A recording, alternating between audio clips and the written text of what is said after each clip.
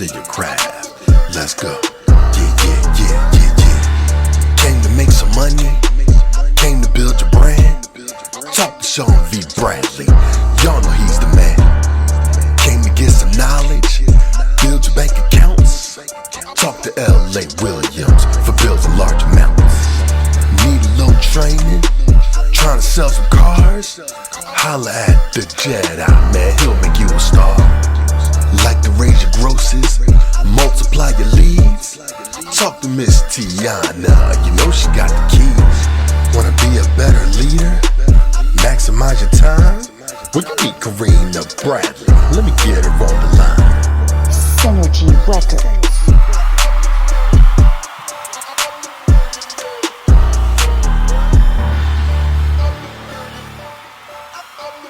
My pleasure to introduce to you Mr. Cody Carter. Cody Carter, and think about this, this is Dealer Magazine. This is the #1 magazine for dealer principals. He's the first person to not be a GM or dealer principal on the cover of the magazine as a salesperson. Why did they put him on the cover? Because he sells more than the average dealership in the United States. Last year, Cody Carter sold 1,408 units, new cars in 2023, verified by Toyota manufacturer. So it is my privilege and honor to introduce my co-speaker today, Mr. Cody Carter. Consult with your dealer principal or GM to make sure you can apply what you learned here today at your dealership and that there will be no issues with your OEM. Cody has full permission, obviously, of his dealership, Tustin Toyota, to work with auto brokers. In addition to that, Toyota OEM is okay with him doing this, but he has certain rules he needs to follow through the manufacturer, which he'll get into. But again, I don't want anybody that's watching this to get hemmed up. This is a lot of really good activities, but just make sure that you got permission to execute. All right, so now create your own opportunities. I've been studying greatness in our industry for many, many years. That's the whole point of the Millionaire Car Salesman group, the Millionaire Car Salesman podcast, to just try to find out what are truly incredible, successful professionals in our industry doing. Now, most successful people in the industry don't take ups. They create their own opportunities and generate referrals and prospects. Now, there are 8 ways that a showroom salesperson can sell a car. Okay, so this is from our Money Mind Map software, but I love showing this. You have walk-in ups, be-backs, phone ups, internet ups, service ups, previous customers / orphan owners, referrals, and the lost art of prospecting. Okay, so walk-in, be-back, internet, phone, service, previous, orphan, referrals, and prospecting. There's 8 separate ways. NADA says that the average salesperson only uses 2 or 3 ways to sell cars. Now, most people that I find in the automotive industry don't do a good job, or they don't do this at all, focusing on referral generation and generating their own prospects. What they mostly do is live off the land. They take walk-in ups, they take phone ups, they take internet ups, and they rarely do service. So those are the main things that people do: phone ups, internet ups, walk-in ups. The challenge with that is, just like mutual funds, versus stocks, if you have just all your money, you put $10,000 into one stock. What if that stock doesn't do well? You're hemorrhaging. The whole concept of mutual funds is having 10 different stocks for $1,000 each. So instead of putting $10,000 into one stock, you have $1,000 put into 10 different stocks. So what I want you to do is just think of that thought to diversify. Today, we're going to leverage just one of those 8 ways. Okay, even though there's 8 ways to sell cars, I want us to focus on one thing, and that's how to generate referrals and sales by leveraging auto brokers. So what exactly is an auto broker? Well, let's listen. Isaiah Velasquez here, and I've been getting this question a lot. What is a auto broker? What is a car broker? And I'm here to explain today what a broker means in the car industry. So for instance, me, I'm an automobile broker. So that means I can get you any vehicle, any make, any model. If you want to lease a vehicle, finance a vehicle, whether you're looking for a Rolls Royce with blue interior, Lamborghini with red interior, or any entry-level vehicle from a Honda to a Range Rover, I am the car plug. Being an auto broker, I have multiple connections with all owners and manufacturers from all dealers dealerships nationwide.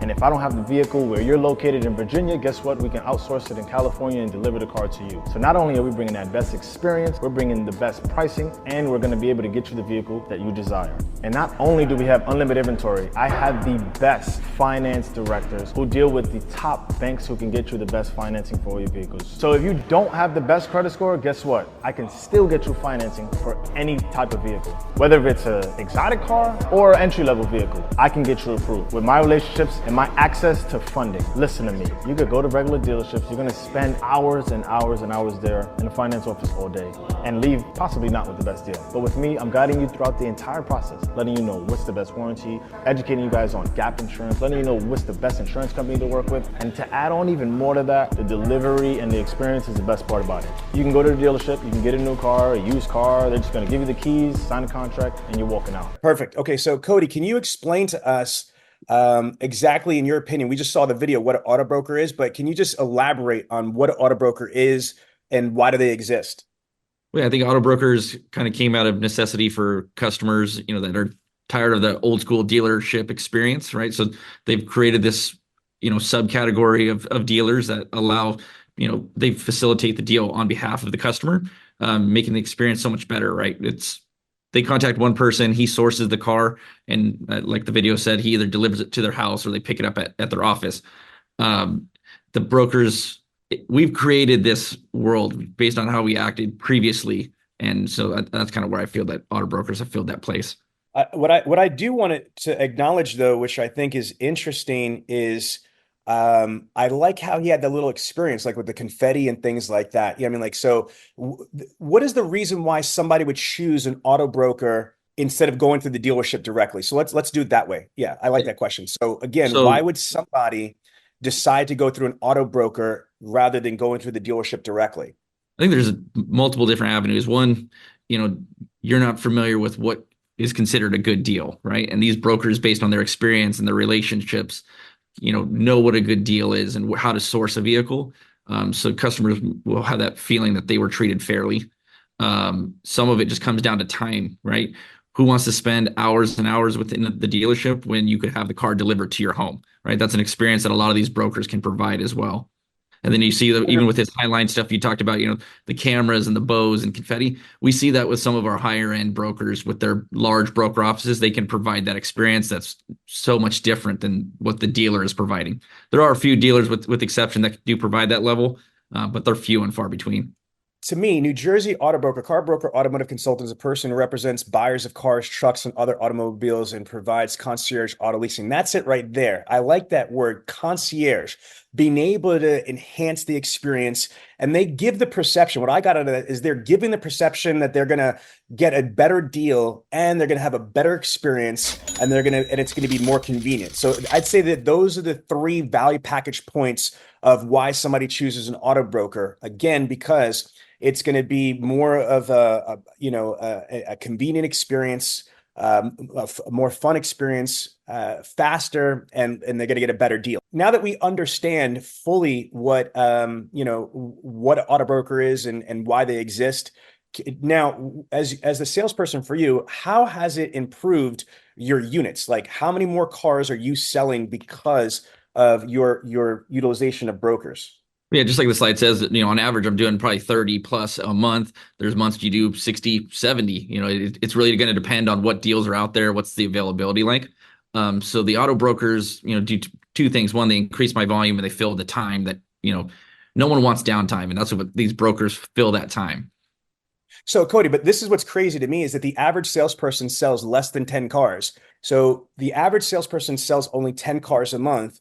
You're getting triple what the average salesperson sells. You're getting a minimum of 30 deals a month just from having a relationship with these auto brokers. And on your top months, you've actually sold 70 cars a month. So like when your top month was like 156 cars, December, you sold 146 cars on the showroom floor in December. And I believe that month you had almost like 70 of those were brokerage deals. Is that correct? Yeah. So there was a large portion of it for that year end push, but that's what these brokers can do. They can, get you to whatever goal at the end of the day. It's huge to leverage those brokers. Like I personally have there's some of these are groups, but I have 85 brokers that receive an email on a weekly basis, right? So they're like my own army of salespeople. I love it. And another way of thinking about this, I don't want to simplify them or minimize them, but they're like referral agents, like the FBI or the Secret Service or the Homeland Security or the United States Army. They have informants. They have agents that are out there. What you have is, to me, a broker is like an informant. It's like an undercover agent that's all over their normal relationships and their market, their territory, and their business is to find buyers, and they kind of bird dog them to you. That's a little bit rudimentary, but is that a good analogy? Is that these are like your agents? Is that how you use them? Yeah, 100%. I think like they, some states you're allowed to give a bird dog fee. This is basically the equivalent of that. You send me a deal for X amount of dollars, and that's what an agreed upon amount, which we'll talk about as well. So yeah, they are referral agents. All right, let's get into the money. Okay, so how much money is this equating to? I know it's on the slide, but I want you to say the slide. Yes, well, it's talking about, every dealer or every broker receives some type of fee, which is discussed, and we'll talk about it as well. But, on average, we're averaging $2,500 per copy on a broker deal. A lot of people think that broker deals are all minis, right? That's not necessarily the case, right? Averaging $75,000 per month in gross, there's months that are even higher than that. 180,000 is some of the numbers we've seen in the last couple of years using these auto brokers. So the money's there. Exactly. So to recap so far, we understand what an auto broker is and why should we care is because it is absolutely a net lift in volume and it is a net lift in gross. So it financially makes sense. But there is a disclaimer though on that, right?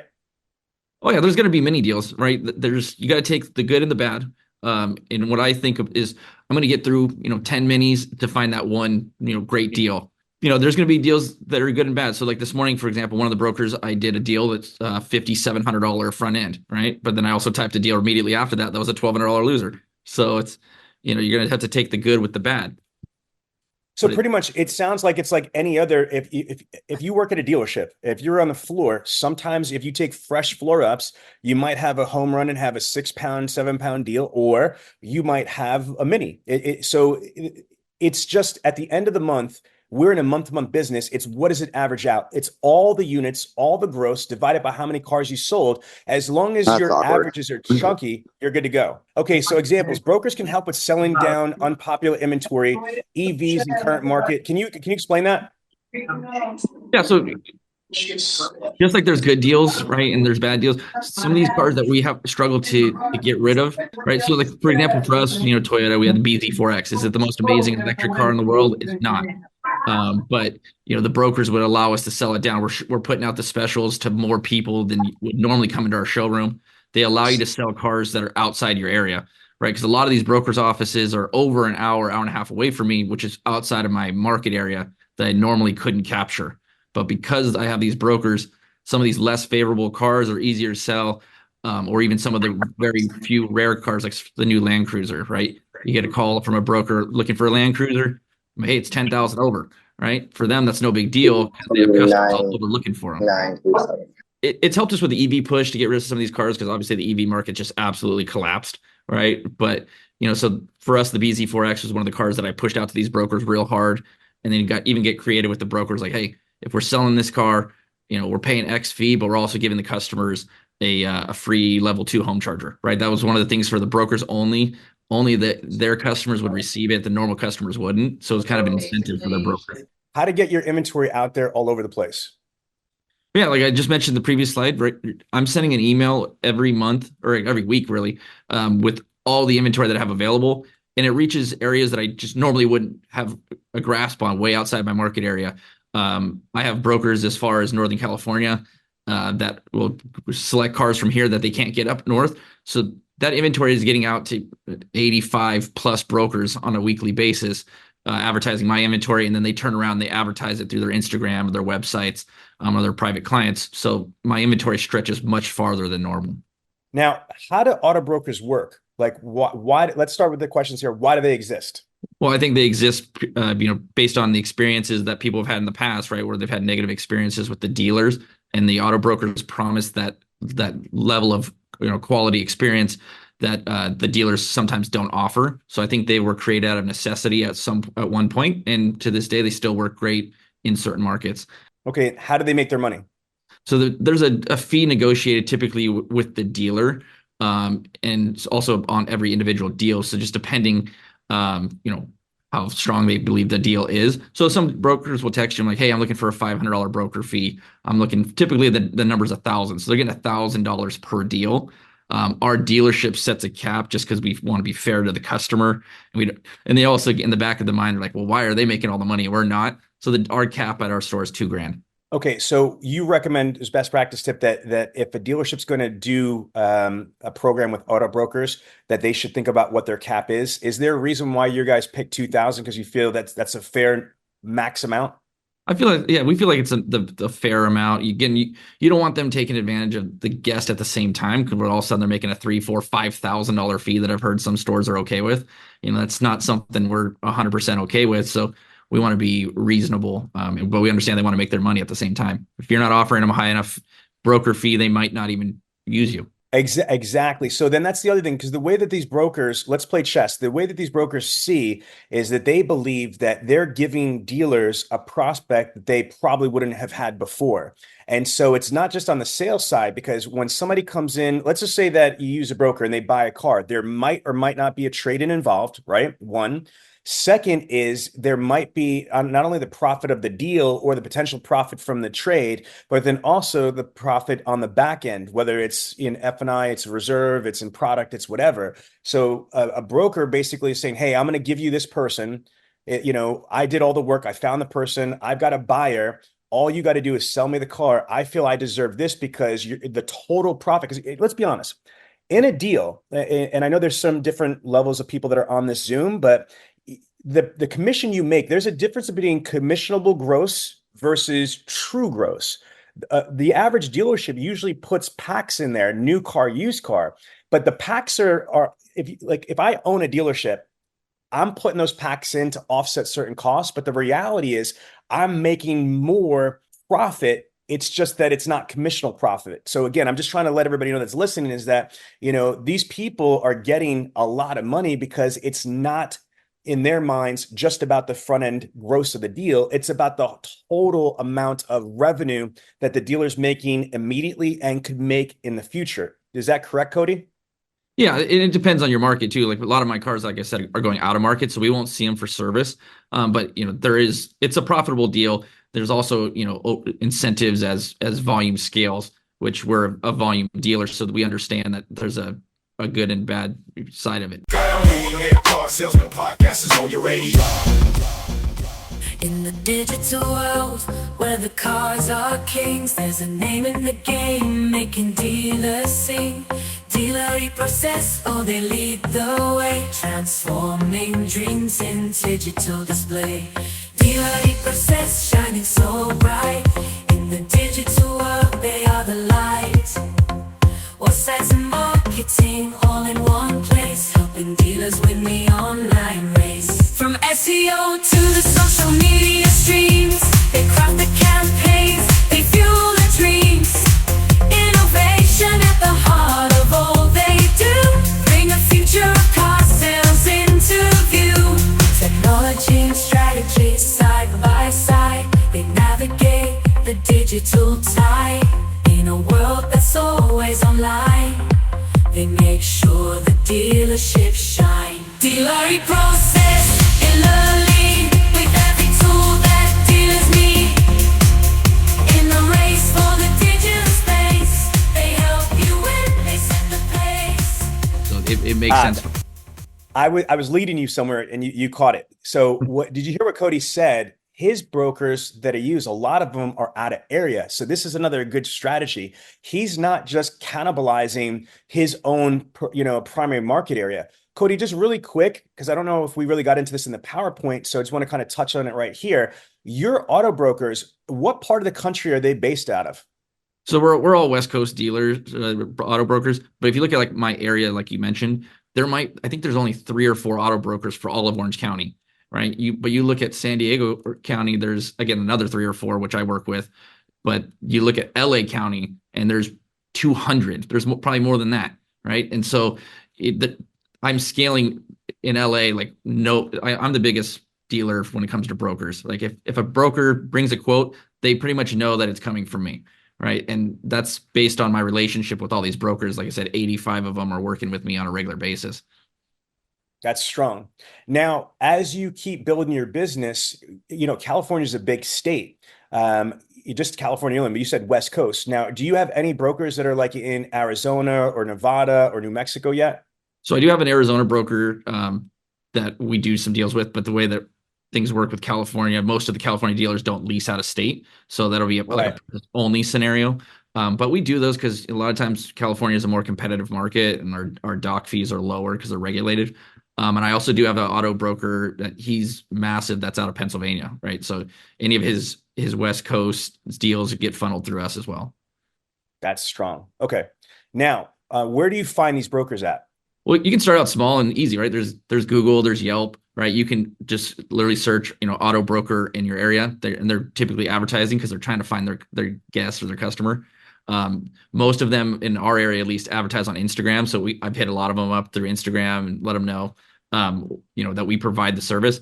And a lot of them know at this point now that I'm pretty exclusive with it. Like, I don't just take every auto broker, right? So, we got to pick and choose because we're trying to eliminate, potential bad deals in the future. For people that are listening to this webinar right now, the easiest thing is just to Google auto broker in your city or in your state. That's probably the easiest thing. Or to go to Instagram and type in, in the search bar, or go to Facebook, type in the search bar, auto brokers. Is that correct? Yeah, and you'll see a ton of them. Like, I like pretty much all of them now, so I can just see, even if they're not working with me, what kind of deals they're posting, right? So I can see if we're in market or not. And then another repeat that. I like that. That's a good tip. Repeat that. I like to follow all the auto brokers to see what deals are out there, just in case, my deals are not in market or I'm missing the mark, that I can readjust if necessary. Okay, so step one is that we now understand where we could find these auto brokers to start with, the easy way. And now there's obviously more advanced, but for now we could just go to Google or do reverse engineering on searches. Now, let's say we find these auto brokers. What can we say to partner with them? What is our word track, or how do we engage them, and how do we start to enlist them? Well, yeah, typically I let them know, like, hey, my name is Cody Carter. We work for one of the biggest Toyota stores in the country, first off, and I deal with a lot of auto brokers in your area. I saw what you're doing, and it looks like something we'd be a good fit for each other. And then I shoot them a link to my weekly email. Say, hey, this is the normal email that I send out. It's got a ton of cars on there. In the top corner, if you just click subscribe, you'll get the email every Wednesday or Thursday. And if you got a deal, just give me a call or shoot me a text. I love it. And what you see here, because I didn't grab a template from any of the other brokers or the other dealers. This is way more extensive than any of the other dealers are sending out on a weekly basis. There's just says, car price, and that's it. So, it's got a little generic photo. It's got the spec sheet that links to a full VSpec PDF of what the car entails. And then you'll see on here, I know it's small, but purchase and then lease at 36, 39, 48, and 60-month leasing. So they have every scenario to target the customer at whatever payment they need. So now, explain the psychology of this. You said this is more than what other people do, like, to solicit brokers. Why did you go more in depth? Is it for your experience? So this is the feedback that the brokers were saying that they wish they had. So just try to explain to people, because to a lot of our audience, might be new, but a lot of people might not understand this. It always seems to evolve over time, right? So the original version of this was, I would take a picture of every car in stock during COVID, but there wasn't a ton of them.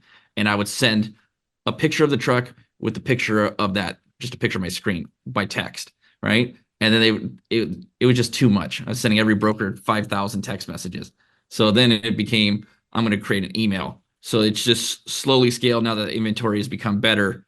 But for me, I want them to ask me less questions, right? I want all the information just to be available up front, because at this scale, at this volume, I can't answer 10,000 questions for every broker or every customer.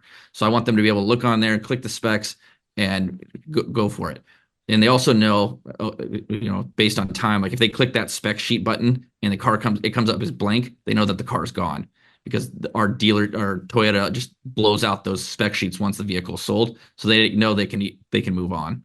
So one of the questions that everybody asks me and asks you when I talk about you is, how the hell does Cody sell 156 cars in 1 month on the showroom floor?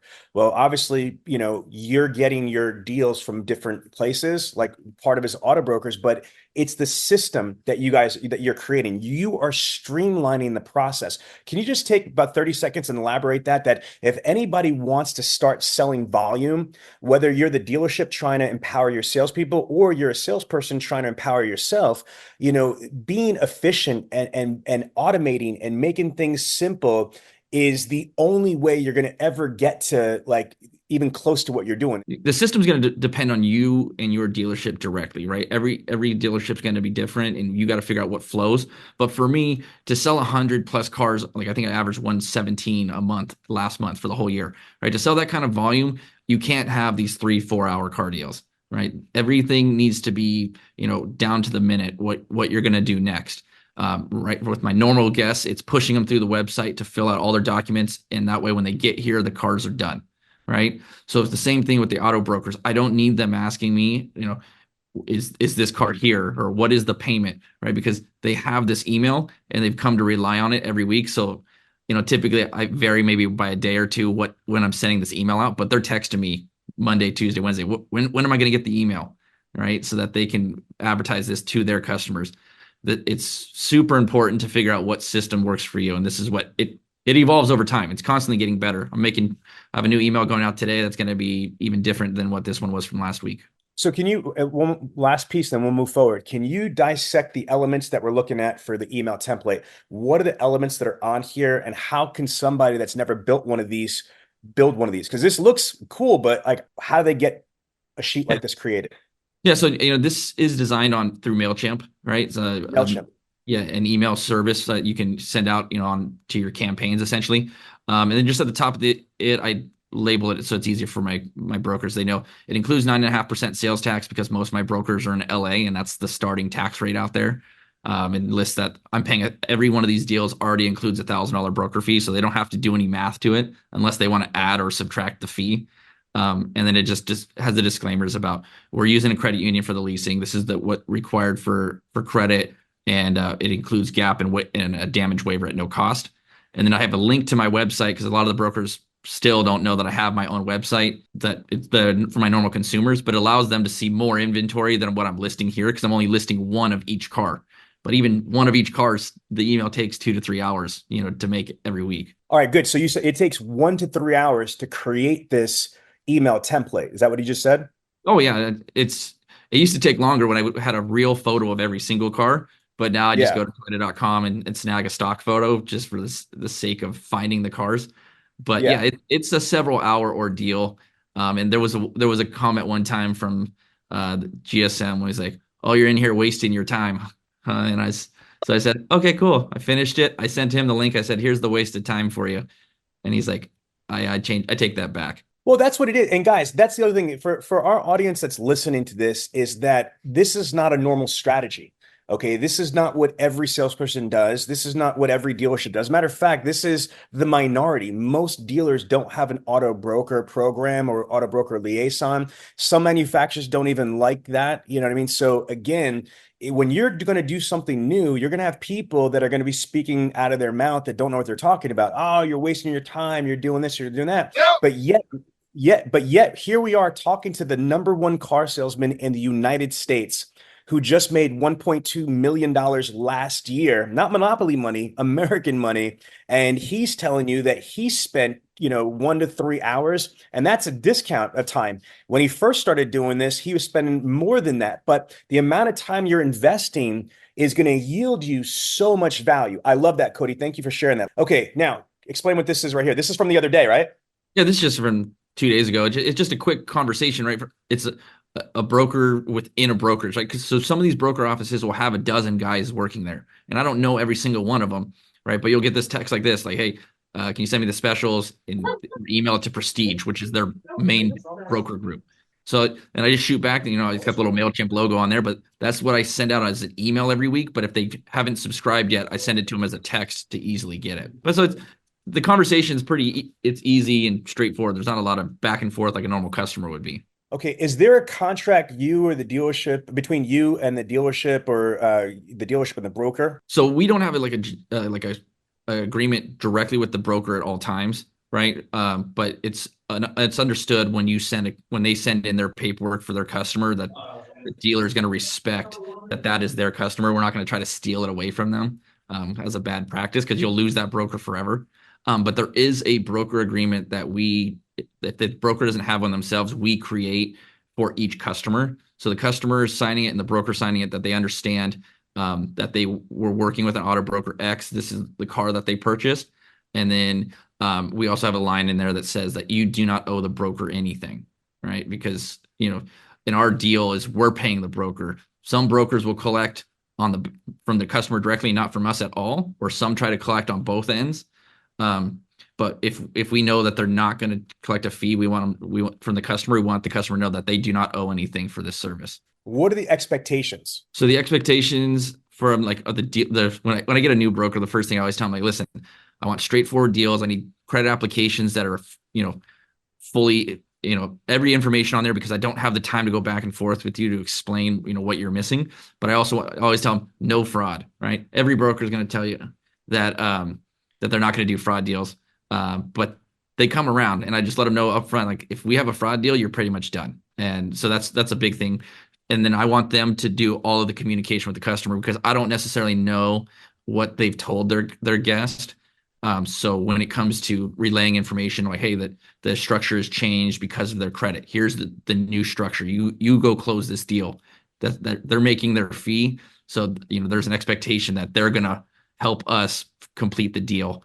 And then also a lot of my credit unions, after the fact, they hit us with additional steps.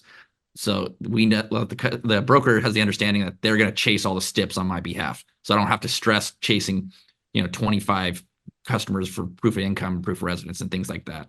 So that's the general understanding. Makes a lot of sense. What are the terms? So the terms are set by the broker themselves, right? So within reason. Obviously, you saw my email that shows those are the terms that I set, was $1,000 broker fee, et cetera. But what you'll see, like in the image here, is just a broker sending what his terms are for whatever deal. I'm looking for a 1794 Tundra, 5,000 down, the mileage per year, and his fee, which is $1,000. If they don't list like a term for the lease, that just means that they want all the terms. So then I'll send them a sheet just like normal with 39 through 60 month leasing, and they present it to the customer, and they let us know what we're doing. But I get texts like this probably 40 times a day asking me for an alternative quote. And it's really simple. So what I'm sensing a pattern here. A lot of your communications are through text message. It's phone calls are. I feel that phone calls can be dangerous because they're not when they call my cell phone, they're not recorded, right? So what I say in text is there, right? I can see what I said. We can go back and if there was a discrepancy and see who's at fault or what was said. So text and email for me is extremely important at this volume, because whatever I say is what I'm going to honor. But if I can't prove that I said it, it's a he said, she said situation. So yeah, text and email is huge. Wow, no, that's a good little nugget there. So it's not only for efficiency. See, with text message, you can multitask. You could be with the prospect, you could be in the lot, hell, you could be in the bathroom, whatever, and you could turn on and still communicate. So I thought at first it was just for the efficiency and proficiency of it, but you just hit another thing. It's for security. It's for accountability because you have it in writing. I love that. Okay, good. Yeah, 100%. And you're right. It's efficient. A lot of the brokers always joke. They're like, oh, we can never get a hold of you on the phone. I'm like, yeah, because if I talk to every single one of you, none of you would get quotes because I wouldn't have the time.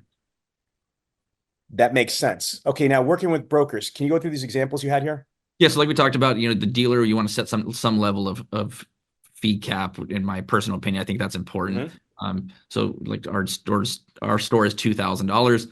There's some leeway on on high end units or specialty units that we're getting good growth. We might flex a little bit, 2,500, et cetera. Our store policies, we don't allow the broker to take possession of the car. Some dealerships are different. Again, that's up to you. Where they'll just come pick up the car and the paperwork, and then the paperwork gets back to you later, by FedEx. That worries me when it comes to fraud. The level of fraud that sometimes can be seen through the brokerage is because there's a separation, right? We don't see the customer. We don't know who signed the docs. So that becomes an issue for us. So I always send a porter that has in California, you to sign any type of paperwork, you need to have a license. So all of my porters have sales licenses so that they can sign paperwork. So they'll go out, facilitate the signing of the deal, even if it's at the broker's office, and then they take an Uber back, which we've talked about. I have the Uber business account that they all are active on. I love it. Yeah. And can you talk about that, the Uber account, just really quick, because that's not in the PowerPoint. Yeah. Yeah, so I don't have it in the PowerPoint, but I have I started a couple years ago because originally I was doing all these Uber receipts on my personal account, which was just ridiculous. I opened an Uber business account. Anyone can open one. You could just use your, I'm at tustintoyota.com. And I spend probably $5,000-$6,000 a month in Uber that I get reimbursed for at a future date. But it allows the porters to just open their phone, they click the business tab, and they order their own Uber to get back. I also use that same Uber account to get customers here, or I use it for Uber package delivery for keys or whatever I need. Uber business has been huge for us. It simplifies it because at the end of the month, I just get a PDF or a Excel spreadsheet with a breakdown of all the information for accounting. So now, if I recall, you spend over $5,000 a month on Uber. Is that correct? Yeah, so it's always interesting. You can tell how your month was based on how much your Uber bill was that month, right? So like last month, I spent like $4,600. There's been months with $6,000, and so, the dealership kind of they're wide eye on that kind of stuff. But it's accounted for in every single deal. We put it in as a cost to each deal individually, what that Uber expense was. So it's already accounted in the number. It's just always sometimes hard for them to write the check, but. That's no doubt. It's worth it. The Millionaire Car Salesman podcast is on your radio. In the heart of the lights, under the bright neon lights, then Q stands ready, making everything right.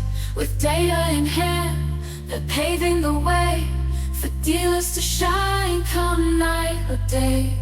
Thank you in the automotive game, changing the rules, never the same. With insights so sharp and solutions so true, they're the partner you need through and through. From the price on the tag to the cars in demand, they guide with precision, with the upper hand in a world that's always shifting. They keep you alive, ensuring success with every car you find. Thank you and through. So here's to thank you, the leader, the gods. Let the synth begin.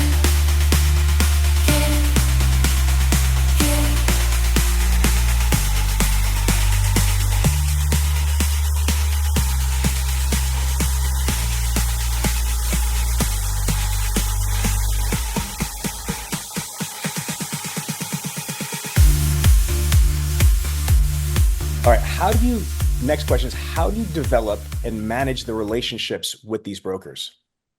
Yeah, I think we talked about already kind of like how to reach out to the brokers and how to get in touch with them. And then just the day-to-day relationship is they're texting you and the communication. But over time, we learn each other's families and things like that. We see each other, in those extreme emergencies where I go deliver a car myself. So you'll see these guys and we send each other's gifts, around the holidays, or if there was a deal that didn't go the way that it should have, you'll see they'll send a bottle of some type of liquor or something to us, or the vice versa, to just keep that relationship alive. But there are times where we get a little heated and we might not talk for a little bit, but that's the name of this game. So in essence, this is like any other relationship. You want to be able to, not just recruit people and treat them like they're like indentured servants. You want to build a personal relationship with them. You want to be able to get to know them, and kind of celebrate in their wins and things that are important with them. And obviously when things are not perfect, you want to be able to have that good rapport with them. If it's just business, then, it might not last. But if you make this a valued relationship and treat it like a valued relationship and respect it like a valued relationship, you're going to have a longer term relationship. Is that what I'm understanding? Yeah, 100%. So like I always will, if I do get on the phone with them, I like to ask them like, how are you guys doing this month? Like what numbers are you guys hitting? Right. And they'll tell you if they're way off or they're they're doing good. And, you try to help them. Like there's every once in a while, there's some of the guys like, well, here's a special deal that I'm not going to give to anybody else. Advertise this while you can, right? To give yourself a little bit of an edge. But, it depends. Some of my brokers sell 15 cars a month, and some of my bigger brokerages that have multiple people sell 100 cars a month, across all of them. So they're all important to me because every deal could be profitable at the end of the day. 100%. Okay, how do you communicate with these brokers? We talked about this before, but there's a cool screenshot here. Explain to us how you do this and why do you pin? I pin all, like anything that needs a response, I pin it back, I pin it to the top. So I'm like constantly, the only thing is Apple only allows for 9 pins. So there'll be times where like, oh, I can't get to all of them, but I let all the brokers know that I respond in order, right? So it also helps to let them know, like, don't text me over and over again for the same thing, because every time you respond, I'm putting you to the bottom, right? So I want to get to them in order. And this is just helps me keep a clear, perspective of each person I'm going to respond to. And some of them, like Hannah, my assistant, gives me a hard time. These ones generally are pretty good. Most people have names. Some of the brokers, I just literally have who they work for, and I don't have a name for them. And Hannah loves to give me a hard time about that. But this morning, it happened to be that most of the people waiting for response were brokers, and I just thought that was kind of important to see, because they're going to be constantly sending you deals that so you're not going to be sitting there idle, right? So this will fill your time with added work that to your benefit, right? Seeing all these brokers, like you wake up in the morning, there's 5, 6 people waiting for a deal, and you have an opportunity that instead of selling 10 cars a month, you have 6 right there one day. So again, what I'm also sensing, and I'm getting from you, Cody, which I think is really awesome, is that you're like a boss. I mean, like you're basically telling these people how you do business. You're giving them marketing collateral, you're giving them these emails, you're communicating with them, you're setting proper expectations. So again, there's a difference. I'm sure you're being respectful, but you're not a punk. You're not. So I want that message to get out there. When you hire these brokers or partner with these brokers, don't let them dictate terms. Don't let them shove down, the way they communicate, the way they structure stuff. No, you are your own business. They need inventory from you. They can't do their job without your cars and without your structure. So what I'm getting out of this is that you are almost like a dealership in a sense. You're your own business, and as the owner of your business, you are dictating how you're going to communicate, how terms are going to go, how they respond. And as long as you're kind and respectful, your people, your brokers are doing business the way you want to do business. Is that correct? Yeah, I think the one thing is, for anyone that's like jumping into this at the beginning, you got to understand, like, don't be afraid of them, right? Because a lot of them are going to be a little bit on the harder side. They're just going to like, I want this, this, this, and this. And I'll be like, well, listen, this is how things are going to go. I'm like, I'm happy to work with you, but we're going to follow the process that I've created, because it's going to make everyone's life easy. Otherwise, you're going to end up hating me because I'm not doing it the way you want. But let's understand, this is the scenario that's going to be best for both of us.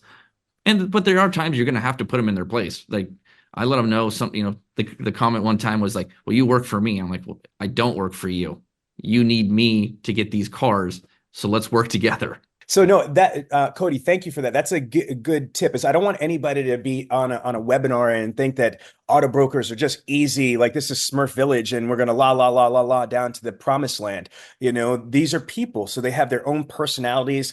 A lot of them are obviously entrepreneurs, or they work for a brokerage company, so they have their own processes. So you're saying that you have to have a predefined strategy, an outline of how you're going to do business at every juncture or every point on this.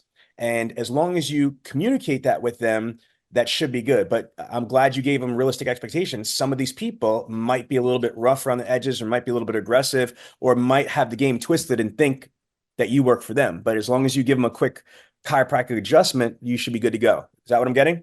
Yeah, 100%. It'll work. And another thing to know with a lot of these brokers too, and it ties into actually the next slide too, when it comes to like banks and things, not every one of them is going to be a deal, right? They got customers that have just like regular customers that don't have the best credit. So you're going to run through sometimes 2-3 apps in a day, and like none of them could buy. But that's the normal game. It's not perfect. Not every deal that they text you is a deal. The important question: what banks will work with auto brokers? It's important to know, like, there's certain banks that have a hard no, right? And some dealers still send the deals to those banks and don't disclose it, which is a huge issue if you ever get caught or audited. So there's banks like Toyota Financial will work with auto brokers, but you got to follow the steps, right? You need to select that there's an auto broker in the drop down. You need to just chat the brokerage name, phone number, and their address.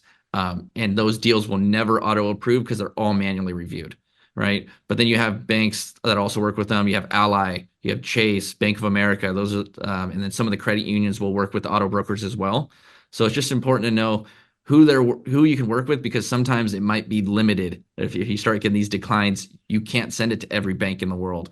So you got to know what banks will work with the auto brokers. So then wouldn't it make sense that before you start going on a tangent to like try to recruit auto brokers, I think one of the first things you should do is look at your banks and lending institutions that you work with. And one of the challenges is that a lot of dealers that I know, and we work with thousands of stores, they are privy or to utilize the OEM bank, for majority of leases first, as they think that incorrectly, they think that the best leases are from the manufacturer. So can you just talk about that for a second, that there are way more banks than just your manufacturer bank? I'm not saying don't use them, but I think that I've been working with you for years now, Cody, that one of your secrets to your success, not just with auto brokers, but with your overall business, is that you have a massive amount of diversified banks, lending institutions, credit unions that you work with for all different types of stuff. So would you agree that that's where you should probably start, is identify your current lenders, which one of those lenders will work with brokers? And if they do work with brokers, what are their specific rules or add-ons or guidelines to be able to work with them correctly? And if you identify that you don't have many or any current banks that work with brokers, then you need to start looking for banks that work with brokers. Is that correct, Cody? Yeah, it's going to make your life easier, right? You're going to have more options. In my personal experience, a lot of these brokers work with me specifically because we're one of the few that works with certain credit unions that allow for leasing, right? So I have the cutting edge when it comes to those banks and those deals, which then they can offer to their guest, because the guest may be working with an auto broker, but they probably shopped on their own, right? And if they're getting a better deal from a Toyota dealer instead of the broker, it makes us both look bad, right? So those banks allow us to have an edge over everyone else. So that's important to know. I also have some exclusive banks for certain brokers too, which, so like my San Diego brokers, I have 3 of them. I'm probably taking on a 4th one here pretty soon from another salesperson here.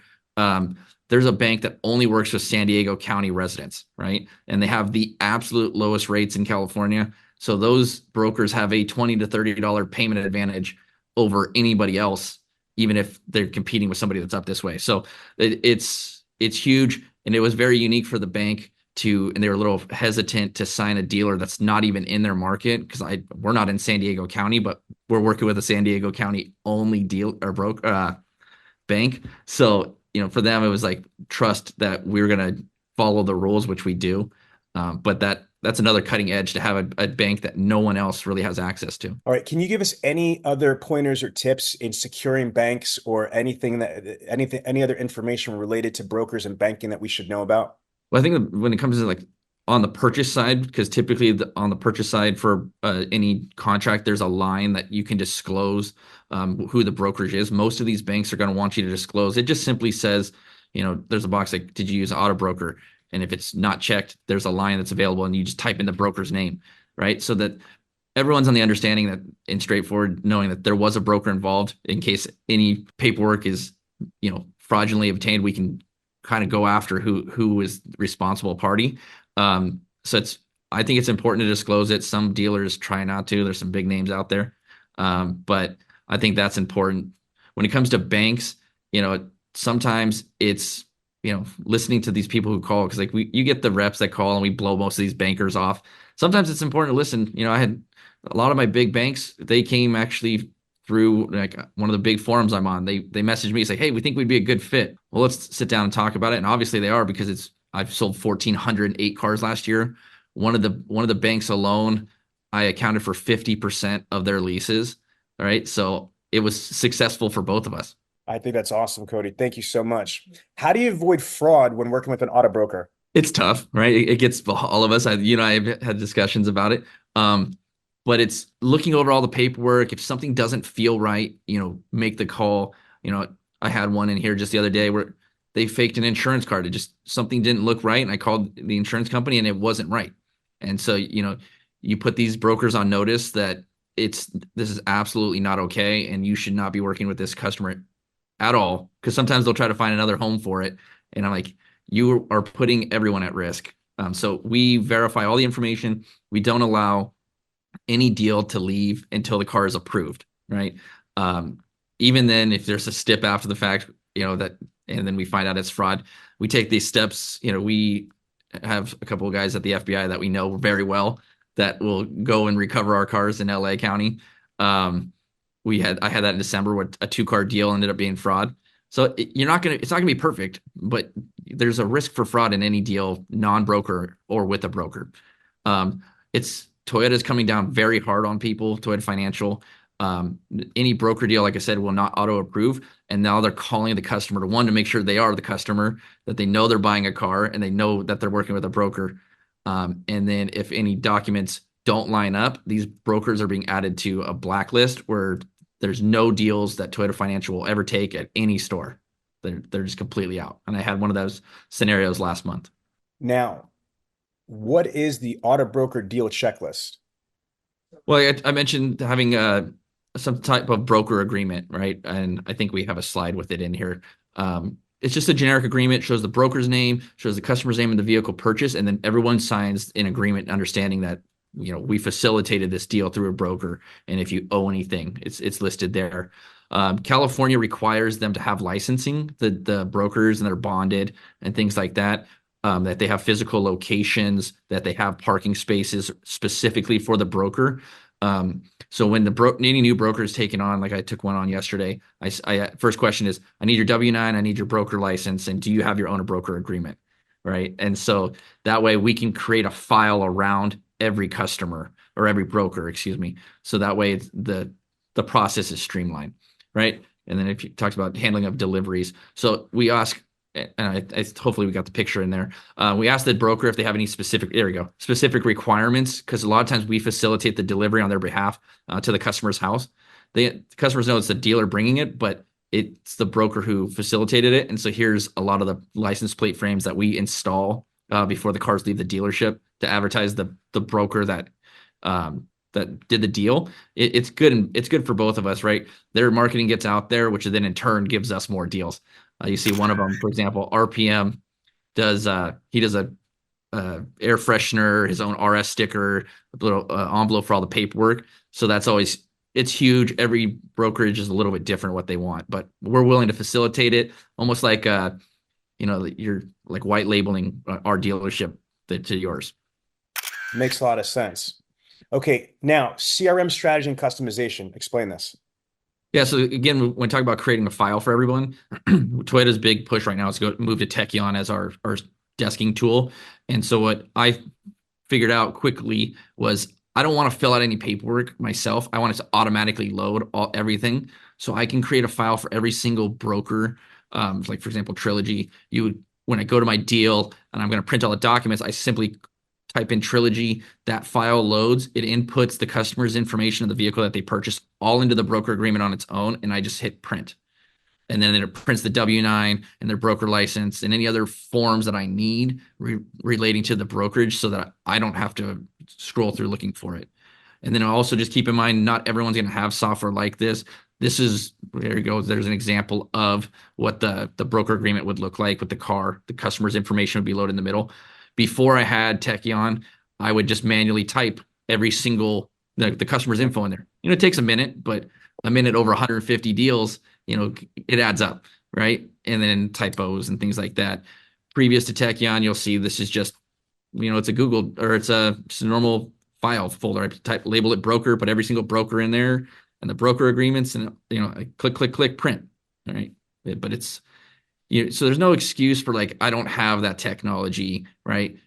I believe me, everything it started so basic, right? And then you're like, okay, well, how do we make it less basic, right? And that right here, be a disruptor, right? Don't be a Blockbuster, don't be the Yellow Cab, Macy's, be a disruptor, because otherwise, you're going to get eaten up by somebody like me.